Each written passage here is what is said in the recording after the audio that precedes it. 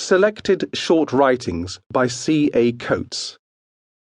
What meanest thou?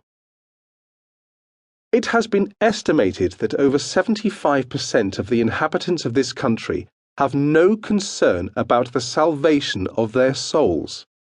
They are not atheists or infidels, nor do they make any profession of being saved. They are simply indifferent to the whole matter. If the thought of having to do with God comes into their minds, they solace themselves by a comparison of their own state with that of their fellows, and they conclude that as they are not worse than others, and perhaps better than many, there is no reason why they should have any concern as to their spiritual state.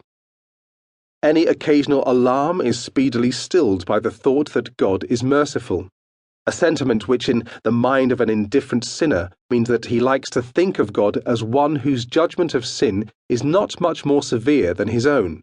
It is to this large body of people, and to each individual in it, that the following plain words are addressed. You are not indifferent to things which affect your health, your circumstances, your prosperity, or your future in life. Nor are you uninterested in current events and great social movements. You are in deep concern when your child is sick and lies on the borderline between life and death. You spend hours in thought about the interests of your political party. You have regard to the maintenance of your credit, character, and reputation. Then why so indifferent to that which is of vastly greater importance than all these things put together, your eternal salvation?